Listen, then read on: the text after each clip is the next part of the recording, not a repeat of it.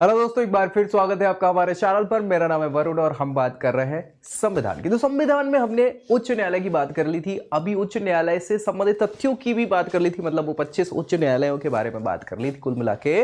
अभी जो हम बात करने वाले वो अधीनस्थ न्यायालयों की बात कर रहे हैं। क्यों? क्योंकि छठवें भाग में ही जिला और अधीनस्थ न्यायालयों की बात करेंगे। उच्च न्यायालय के अधीन चूंकि ये सारे रहते हैं, राज्यों के अंदर ही ये सारी प्रक्रियाएं होती है, इसीलिए इनको अधीनस्थ न्यायालय कहा जाता है। तो हम पूरी चर्चा अधीनस्थ न्यायालयों की इसी में वीडियो के अंतर्गत करने वाले हैं और आपको ये वीडियो आखिर तक देखनी है ताकि सारे के सारे कॉन्सेप्ट आपके क्लियर हो जाए। आर्टिकल 233 से 237 में ये सारी चीजें बताई हुई हैं, कैसे क्या सारी चीजें होने वाली है। तो दोस्तों में इसको शेयर करना बिल्कुल मत भूलिए और चैनल सब्सक्राइब कर रहे हैं ताकि सारी तैयारी आपकी गवर्नमेंट एग्जाम्स की यही इसी चैनल पर हो जाए। अधीनस्थ न्यायालय, इनको सबऑर्डिनेट कोर्ट्स भी कहा जाता है। सबऑर्डिनेट कोर्ट्स, ठीक है भाई, कोर्ट्स। और ये आर्टिकल 233 से 237 में बताए हुए हैं, भाग यानी पार्ट 6 के, ठीक है। हाँ जी, और ये बेसिकली हाई कोर्ट के बाद ही सारी चीजें यहाँ पे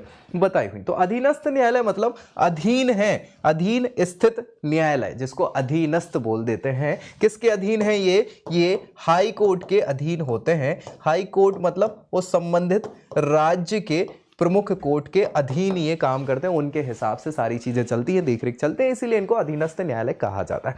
थोड़े से कॉन्सेप्ट की अगर हम बात कर लें तो देखो यार, बात मैं बताऊं कि कोई भी केसेस जो होते हैं वो दो प्रकार के ही होते हैं। या तो होते हैं दीवानी, है ना, दूसरे होते हैं फौजदारी। दो प्रकार के ही केसेस होते हैं। दीवानी में क्या होता है भैया? दीवानी में बात होती है पैसे ऐसे, जमीन जायदाद इत्यादि की। और फौजदारी में मार कुटाई वाले सारे आपराधिक संगीन जुर्म होते हैं, है ना। इसको इंग्लिश में सिविल बोलते हैं, सिविल, हाँ जी। और इसको बोलते हैं क्या? क्रिमिनल, ठीक है। तो क्रिमिनल केसेस होते हैं, सिविल केसेस होते हैं, और इन्हीं के आधार पर दो अदालतें अधीनस्थ कार्य करती हैं, जिनको जिला और सत्र न्यायालय कहा जाता है। और उसके अधीन भी न्यायालय होती हैं। मैं एक बार आपको दिखा दे रहा हूं, पूरा का पूरा चार्ट दिखा दे रहा हूं, समझा दे रहा हूं, ताकि उसके बाद हम डिटेल में डिस्कस इन पे करें। देखो, ये बेसिक फंडा है, ये फंडा है। उच्च न्यायालय जो है, उच्च न्यायालय के अधीन जो है जिला और सत्र न्यायाधीश का न्यायालय होता है। जिला और सत्र न्यायाधीश, देखो जिला न्यायालय वो न्यायालय होता है जहां पे सारे के सारे दीवानी मामले होते हैं। क्या होते हैं? दीवानी मामले, यानी सिविल केसेस जो हैं सारे सुलझाए जाते हैं, जिला न्यायालय उसको कहा जाता है। सत्र न्यायाधीश जो होता है या सत्र न्यायालय जो होता है वो होता है सारा का सारा क्रिमिनल वाला काम, है ना। क्रिमिनल मतलब फौजदारी वाले सारे केसेस वहां पे होते हैं। फिर उसके अधीन इनको बांट दिया जाता है कि अलग अलग काम हो। अगर नहीं है, इकट्ठा है, तो जिला एवं सत्र न्यायाधीश कहलाएगा, न्यायालय कहलाएगा। नहीं तो दीवानी, जिसको जिला न्यायालय कहा जाता है, फौजदारी के लिए सत्र न्यायालय होता है, उसके अधीन अधीनस्थ न्यायाधीश का न्यायालय। और सबसे नीचे इस श्रेणी में मुंसिफ अदालत आती है। मुंसिफ अदालत ही दीवानी केसेस लड़ सकती, बिल्कुल बेसिक। फौजदारी पक्ष में मुख्य दंडिक न्यायाधिकारी जो है, दंडाधिकारी जिसको बोलते हैं, उसका न्यायालय होता है। और फिर न्यायिक दंडाधिकारी का न्यायालय होता है। तो ये तीन उप श्रेणियां बताई हैं अधीनस्थ न्यायालयों की, ठीक है, जिनको हम डिटेल में यहां डिस्कस करने वाले। ठीक है, चलिए तो बैक टू द पॉइंट, यहां पे स्टार्ट हो जाएगा आपका अधीनस्थ न्यायालय का क्या मतलब है वो हमने देख ही लिया कि इन्हें अधीनस्थ न्यायालय कहने का कारण क्या है कि उच्च न्यायालय के अधीन कार्य करते हैं, इसीलिए इनको क्या है? अधीनस्थ न्यायालय कहा जाता है। और इनके ही निर्देशानुसार, किसके निर्देशानुसार? उच्च न्यायालय के निर्देशानुसार जिला और निम्न स्तरों पर ये कार्य करते हैं, अधीन काम करते हैं, ठीक है। कहां बताया वो भी हमने डिस्कस कर लिया। आर्टिकल 233 से 237, ये कई बार पूछा जाता है, part 6 of the Indian constitution, ठीक है भैया। इनके बारे में पूरी जानकारी आपको इन आर्टिकल्स में मिल जाएगी। क्या है वो आर्टिकल, वो भी हम बाद में देख लेंगे, बिल्कुल बेफिक्र रहिए। अभी तो समझने का मतलब है। यहां पे नियुक्ति की बात करी है, जिला न्यायाधीशों को कैसे नियुक्त किया जाएगा, उनकी पदस्थापना, उनका प्रमोशन, उनके कैसे होगा। तो भैया ये चूंकि राज्य के हाई कोर्ट के अधीन आ रहे हैं और राज्य का प्रधान तो राज्यपाल होता है, हाँ जी, तो बिल्कुल राज्यपाल महोदय के द्वारा राज्य के उच्च न्यायालय के परामर्श से इन सब की नियुक्ति की जाती है। किससे? राज्यपाल महोदय ही करेंगे, परामर्श करना पड़ेगा किससे? हाई कोर्ट से, ठीक है। न्यायाधीशों के लिए योग्यताएं क्या होती हैं अगर आपको अधीनस्थ न्यायालयों में न्यायाधीश बनाया जाना है तो क्या योग्यताएं होनी चाहिए? तो जिस व्यक्ति को जिला न्यायाधीश के रूप में नियुक्त किया जाना है उसके लिए सबसे पहली योग्यता है कि वो किसी सरकारी सेवा में कार्यरत ना हो, है ना, सरकारी सेवा में कार्यरत ना हो।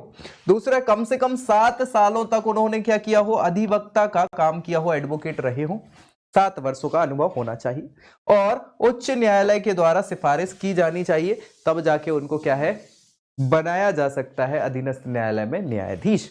बहुत बढ़िया। अन्य न्यायाधीश भी होते हैं, एक तो मुख्य होंगे फिर अन्य भी होंगे, तो अन्य न्यायाधीशों की नियुक्ति राज्यपाल करेंगे। जिला न्यायाधीशों से भिन्न व्यक्ति भी क्या हो सकते हैं, न्यायिक सेवा में नियुक्त कर सकते हैं राज्यपाल महोदय, लेकिन वैसे व्यक्ति को राज्य लोक सेवा आयोग या उच्च न्यायालय के परामर्श के बाद ही नियुक्त किया जाएगा। मतलब जनरली क्या है, कुछ पोस्ट ऐसी रहती है जो कॉम्पिटिटिव एग्जाम्स के माध्यम से भी फुलफिल करी जाती है, ठीक है, तो इसीलिए लोक सेवा लिखा हुआ है, राज्य लोक सेवा आयोग की परीक्षाएं होती, प्रतियोगी परीक्षाएं, उनके माध्यम से भी कुछ सिलेक्ट होते हैं इन पोस्ट पर। अधीनस्थ न्यायालयों पर नियंत्रण का क्या मतलब है? यहां पे मतलब है कि जिला न्यायालय और अन्य न्यायालयों में न्यायिक सेवा से संबंधित व्यक्ति की पदस्थापना, प्रमोशन, अन्य मामलों पर नियंत्रण का अधिकार किसका होगा? किसका होगा? पूरा अधिकार अधीन कौन है, किसके है? उच्च न्यायालय के, तो उनका ही पूरा अधिकार यहाँ पे होता है। जिला न्यायाधीश के बारे में क्या कहना चाह रहे हैं? तो जिला न्यायाधीश कौन कहलाएगा, क्या होगा जिला न्यायाधीश? तो जिला न्यायाधीश के अंतर्गत नगर दीवानी न्यायाधीश, हां, अपर जिला न्यायाधीश, संयुक्त जिला न्यायाधीश, हां ज्वाइंट, सहायक, सहायक असिस्टेंट को कहते हैं, लघु न्यायालय का मुख्य न्यायाधीश, मुख्य प्रेसिडेंसी मजिस्ट्रेट, हां, अतिरिक्त मुख्य प्रेसिडेंसी मजिस्ट्रेट, सत्र न्यायाधीश, सेशन जज बोलते हैं इनको, अतिरिक्त एडिशनल और सहायक, हाँ एसोसिएट या बेसिकली असिस्टेंट, ठीक है। सो ये सारे के सारे न्यायाधीश जिला न्यायाधीश की श्रेणी में आते हैं, याद रखिएगा। अधीनस्थ न्यायालय की संरचना कैसे होती है? तो राज्य के द्वारा ही अधीनस्थ न्यायिक सेवा की संगठनात्मक संरचना, उनके अधिकार, क्षेत्र और शर्तें इत्यादि का निर्धारण किया जाता है। किसके द्वारा किया जाता है? राज्य के द्वारा, यानी राज्य सरकार के द्वारा, यानी विधान सभाओं में। एक राज्य दूसरे राज्य में इनकी प्रकृति अलग अलग हो सकती है, बिल्कुल हो सकती है, जिस हिसाब से उन्हें कार्य करना है उसके हिसाब से, लेकिन उच्च न्यायालय से नीचे के दीवानी और फौजदारी जो न्यायालय है वो हमने अभी डिस्कस किया ही था, वो मैप में 3 प्रकार के ये क्या होते हैं, यहाँ पे लेबल होते हैं, स्तर होते हैं। उच्च न्यायालय से नीचे जिला एवं सत्र न्यायाधीश, उसके बाद दीवानी, फौजदारी, है ना, अधीनस्थ न्यायाधीश, और इधर मुख्य न्यायाधीश, दंडाधिकारी और मुंसिफ अदालत, और हाँ न्यायिक दंडाधिकारी का न्यायालय। जिला न्यायाधीश जिले का सबसे बड़ा न्यायिक अधिकारी कहलाता है, ठीक है। तो ये क्वेश्चन कई बार पूछ लिया जाता है कि जिले का सबसे बड़ा न्यायिक अधिकारी कौन होता है?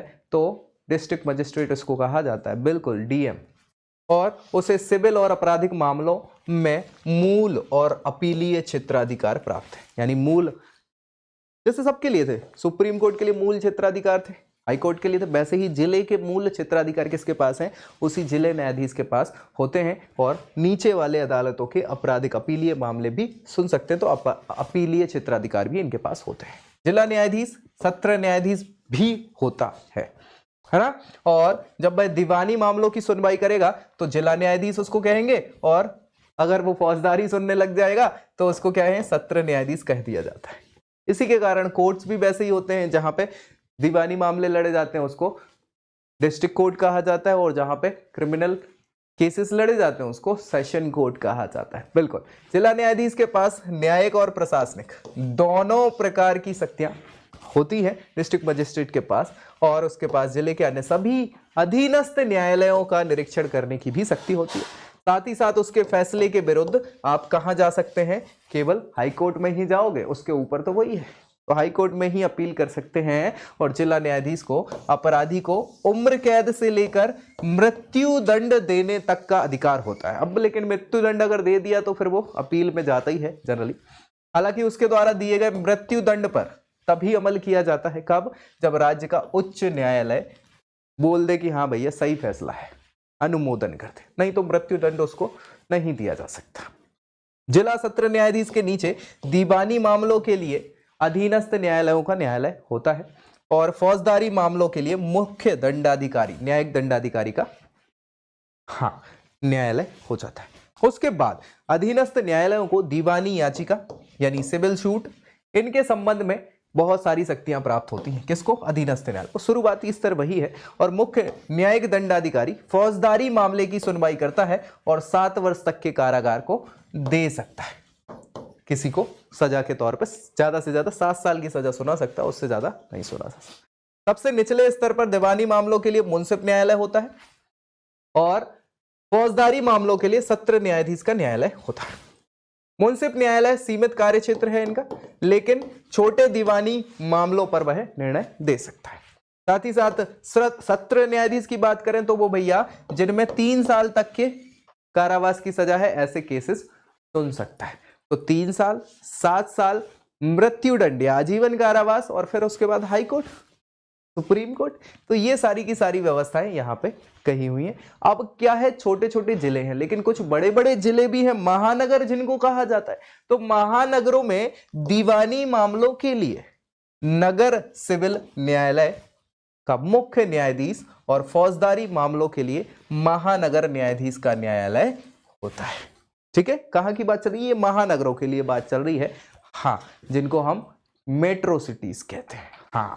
कुछ राज्यों और प्रेसिडेंसी नगरों में छोटे मामलों के लिए अलग अलग न्यायालयों की भी स्थापना करी गई है। ये छोटे न्यायालय दीवानी मामलों की सुनवाई करते हैं, दीवानी मामलों की बस, और अंतिम निर्णय उनका होता है, लेकिन उच्च न्यायालय उनके निर्णयों की समीक्षा कर सकता है। कुछ राज्यों में पंचायतें हैं तो पंचायतों में भी क्या है, पंचायत न्यायालय होते हैं या ग्राम न्यायालय जिनको कहा जाता है। छोटे दीवानी और फौजदारी मामलों की सुनवाई ये भी कर सकते हैं और इन्हें अलग अलग नामों से न्याय पंचायत, ग्राम कचहरी, अदालती पंचायत, पंचायत अदालत, ये सारी चीजों के नाम से इनको जाना जाता है पंचायतों के लिए। ठीक है, तो ये सारी की सारी अधीनस्थ न्यायालयों की प्रक्रिया है, कानून से रिलेटेड सारी चीजें जो कई बार क्वेश्चंस पूछे जाते हैं राज्यों से रिलेटेड, ये हमने डिस्कस कर लिया। अब यहाँ पे इनके हम आपको डायरेक्ट अनुच्छेद बता देते हैं। हमने बात करी है कि 233 से 237 ये अनुच्छेद है, 5 ही अनुच्छेद है। अनुच्छेद 233 बताता है जिला न्यायाधीशों की नियुक्ति के बारे में। 36 में न्यायिक सेवा में जिला न्यायाधीशों से अलग व्यक्तियों की भर्ती की बात करी है ना, भर्ती परीक्षाओं के द्वारा होती है। ठीक है, अधीनस्थ न्यायालयों पर नियंत्रण की बात 235 में करी है, उनकी व्याख्या करी है 36 में कि कैसे क्या सारी चीजें हो सकती हैं, और कुछ वर्ग या वर्गों के मजिस्ट्रेटों पर उपबंधों का लागू होना, ये आर्टिकल 237 में बताया। और ये आखिरी आर्टिकल होता है आपके 6वें भाग का। किसका भैया? 6वें पार्ट का आखिरी आर्टिकल है। इसके बाद 6वां पार्ट समाप्त हो जाता है। 7वां पार्ट जो था आर्टिकल 238 उसको समाप्त कर दिया गया है, क्योंकि राज्यों का पुनर्गठन हो गया भाषाई आधार पर, और उसमें राज्यों के बारे में बताया था ABCD स्टेट टाइप की बात, तो वो तो हट गए थे, तो इसीलिए उसको 7वें संविधान संशोधन अधिनियम 1956 के द्वारा निःसृत कर दिया, हटा दिया गया। ठीक है भैया, रिवोक्ड। तो आर्टिकल 238 है नहीं। आर्टिकल 239 से 42 ये जो है ये आपका यूनियन टेरिटरी के बारे में बताता है, संघ राज्य क्षेत्रों के प्रशासन और उनसे संबंधित चीजें बताता है, उस पर हम डिस्कस करेंगे 8वें भाग पर। अभी के लिए बता दूं कि कुछ और न्यायालय का कॉन्सेप्ट भी अलग अलग चल रहा है, जैसे कि राष्ट्रीय कानूनी सेवा प्राधिकरण, ये भी कुछ कुछ मुद्दे जो हैं देखते हैं कानून के। इसके अलावा लोक अदालतें, लोक अदालतें आपने सुना होगा कि आजकल लोक अदालतों का कॉन्सेप्ट चल रहा है। तो लोक अदालतें जनरली दीवानी मामले ही देखती हैं। दीवानी मामले जो होते हैं पैसे ऐसे से रिलेटेड होते हैं, है ना, उनमें सारे के सारे केसेस लोक अदालत देख सकती है। बस शर्त कुछ ऐसी है कि वो केस रजिस्टर्ड हाई कोर्ट में ना हुआ हो या कुछ, या हाई कोर्ट से आप परमिशन ले लें कि महोदय हमें अपना केस ट्रांसफर लोक अदालत को करना है। इनके द्वारा दिया गया फैसला मान्य होता है, उसमें अपील नहीं कर सकते आप, है ना। ये अच्छा कॉन्सेप्ट है ताकि त्वरित सुनवाई हो, काम जल्दी हो जाए, सस्ते में काम हो जाए, फीस वगैरह ज़्यादा इसकी रहती नहीं है, कुछ नहीं रहती, तो काम जल्दी हो जाता है दीवानी मामलों में। ऐसी फास्ट ट्रैक अदालत का नाम सुना होगा, वो फौजदारी केसेस के लिए होती है, क्रिमिनल केसेस के लिए। ठीक है, इसके अलावा स्थायी लोक अदालत भी होती है जो स्थायी रूप पे काम करती है। परिवार न्यायालय, आजकल फैमिली कोर्ट्स हो गई हैं क्योंकि फैमिली में बहुत मुद्दे चल रहे हैं, है ना, तो उनके निपटान के लिए परिवार न्यायालय। ग्राम न्यायालय का कॉन्सेप्ट गांव के लिए है कि गांव में जैसे पहले सरपंच की अदालत चलती थी ना, पंचायत लगती थी, तो वैसे ही ग्राम न्यायालयों में कि आपसी विवाद जो है बेसिक स्तर पे ही समाप्त कर दें अगर, तो कितना अच्छा रहेगा। आपसी ये सारी की सारी अदालतें कोशिश ये करती हैं कि भैया आपस में क्या हो कि कुछ ना कुछ आप वो कर लो कि भाई बीच का उपाय निकाल लो, क्योंकि आपका टाइम भी लगेगा और किसी एक को फायदा होगा, दूसरा तो हारेगा केस, है ना। तो इसलिए आप क्या करो, बीच का रास्ता अपना लो और सुलह कर लो। इन कॉन्सेप्ट पे रहता है ताकि ज़्यादा केसेस भी ना हो और काम भी हो जाए, लोगों को निचले स्तर पर सुविधाएं भी मिल जाए, ये सारा काम है। जनहित याचिकाएं इनको कहा जाता है PIL, पब्लिक इंटरेस्ट लिटिगेशन। तो भैया ये लिटिगेशन आजकल क्या है कि क्या है, इसका कॉन्सेप्ट अभी नया नया कॉन्सेप्ट है, अमेरिका से लिया गया है। और इस कॉन्सेप्ट के हिसाब से होता ये है कि भाई बहुत सारे गरीब लोग हैं और भारत में सबको न्याय मिल नहीं पाता। हमने रखा है अपने संविधान में कि सबको न्याय देंगे सारी चीजें, लेकिन गरीब व्यक्तियों के पास उपाय नहीं होते, व्यवस्था नहीं होती, जानकारी नहीं होती, तो वो कुछ नहीं कर सकते। तो इन लोगों को कैसे भाई न्याय मिले, तो इसके लिए क्या है, अलग अलग दल होते हैं, NGOs हो गए, अलग व्यक्ति हो गए, वकील हो गए, कई बार तो सुओ मोटो लगा के खुद केस ही संज्ञान, स्वतः संज्ञान ले लेता है ना, कि यार भैया इस व्यक्ति के साथ ऐसा ऐसा हो गया। तो पर्टिकुलर व्यक्ति विशेष नहीं, यहाँ ग्रुप्स, उनसे रिलेटिव और दूसरे लोग उस व्यक्ति के बिहाफ पे केस कर सकते हैं ताकि वो उसको न्याय मिल सके। तो ये PIL का कॉन्सेप्ट है ना। और इसके सिद्धांत अलग अलग हैं। ये कहाँ से लिया हुआ है, अमेरिका से लिया हुआ है ना, पब्लिक इंटरेस्ट लिटिगेशन इसको कहा जाता है, और ये अच्छा कॉन्सेप्ट है। लेकिन यहाँ पे PIL से संबंधित चीजों के लिए क्या है कि बहुत सारे विवाद भी उत्पन्न है, क्योंकि विवाद के कारण क्या है, कई बार ऐसा बोलते हैं कि इतने केस तो सॉल्व हो नहीं पा रहे, जो केस आ रहे हैं लोगों के पास, जो नहीं आ रहा है वो भी आने लग गए हैं, तो इतने केसेस कैसे सॉल्व होंगे, क्या होंगे, प्रक्रिया बड़ी लंबी चल जाती है और सारी चीजें हैं, तो उन पे अभी भी बेसिक स्तर के विवाद चल रहा है। लेकिन ये कॉन्सेप्ट्स अच्छे हैं, इनने क्या है, न्यायालय की न्याय की शक्ति को मजबूत बनाया है, सारी चीजें। तो ये पूरी चीजें हमने न्यायालय से संबंधित पढ़ ली। सुप्रीम कोर्ट हमने 5वें भाग में पढ़ लिया था, हाई कोर्ट, अधीनस्थ न्यायालय, सबऑर्डिनेट कोर्ट्स हमने यहाँ पे 6वें भाग में पढ़ लिए। तो ये पूरी न्याय की प्रक्रिया भारत की ऐसे चलती है।